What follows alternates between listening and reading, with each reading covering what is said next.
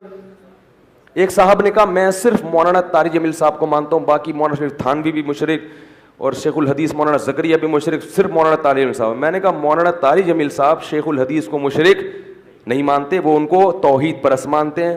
حضرت مولانا طارق جمیل صاحب مولانا شرف علی تھانوی کو اپنا رہبر مانتے ہیں, بزرگ مانتے ہیں. اگر آپ کی نظر میں مولانا شرف علی تھانوی گستاخ رسول ہیں تو اس گستاخ کو بزرگ ماننے والا بھی کیا ہونا چاہیے؟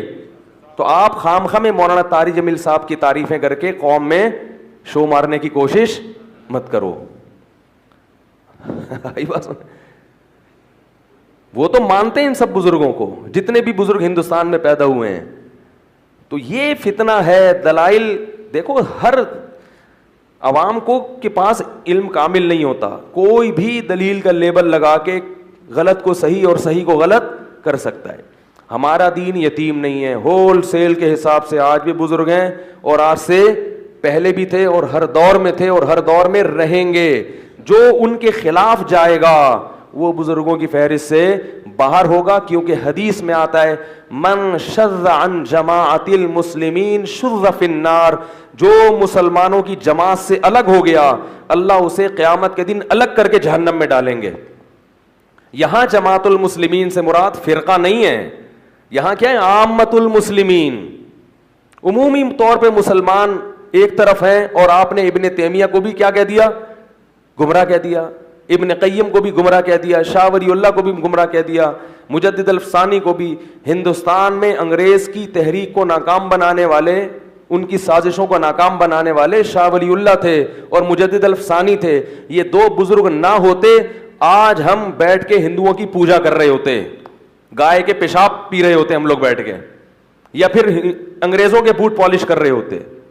اسلام تو مٹ گیا تھا انگریز کے آنے کے بعد. ان لوگوں نے محنتیں کی ہیں.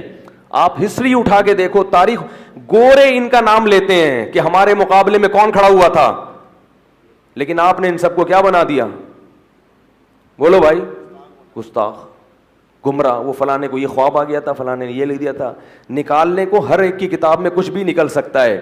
آپ کی مثبت سوچ ہے تو آپ اس کا اچھا مطلب لے کے جاؤ گے, اور بری سوچ ہے تو آپ کو کیڑوں کے علاوہ کچھ بھی نظر نہیں آئے. ایک بھینگا تھا نا, اس کے سامنے ایک شخص گیا, کہہ رہے ڈاکٹر صاحب کے پاس گیا ایک بھینگا, کہنے لگا مجھے ایک کے دو نظر آتے ہیں. ڈاکٹر نے کہا آپ چاروں کو یہ بیماری ہے؟ ڈاکٹر کو ایک کے کتنے نظر آ رہے تھے؟ 4. تو آپ کی آنکھ میں ہی اگر فالٹ ہو تو آپ کو کبھی بھی سیدھی چیز نظر نہیں. آپ الٹے کھڑے ہوئے ہو نا تو آپ کو ساری دنیا الٹی نظر آئے گی. اب آپ اشرف علی تھانوی کو بھی الٹا کرنے کی کوشش کر رہے ہیں رحمہ اللہ, آپ ابن تیمیہ کو بھی سیدھا کرنے کی کوشش کر رہے ہیں, آپ ہر ایک کو لگے ہوئے ہیں. تو آپ بہتر ہے کہ آپ یوں ٹرن ہو جائیں تھوڑے سے, تو آپ کو سارے کیا لگیں گے؟ سیدھے ہو جائیں, سیدھے لگیں.